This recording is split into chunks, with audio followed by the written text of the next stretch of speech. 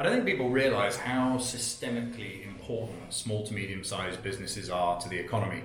So in my business, I focus on what I classify as the mature economies. So my main target markets are Australia, New Zealand, Singapore, mainland Europe, the UK, the US, and Canada. So these are all the kind of older economies or more mature economies that we really focus on. Now, in all of those jurisdictions, small to medium-sized businesses represent about half of the economic output from those countries. So 50% of GDP. That's a huge amount of the economy that is being driven from these companies that are, less than 200 employees or, on the small to medium sort of size. And I think people don't realize how systemic they are to the whole economy. In fact, the private sector workforce numbers are even more staggering. So in Singapore here, it's 98% of private sector workers work in small to medium-sized companies, and it's actually over 90% in all those jurisdictions that I mentioned. So when you look at these, record levels of low unemployment we have right now, a lot of that is being driven by these small to medium-sized companies who are scaling up the number of employees all the time. Large companies are very good at getting more efficient and getting rid of people. Small companies, when they grow,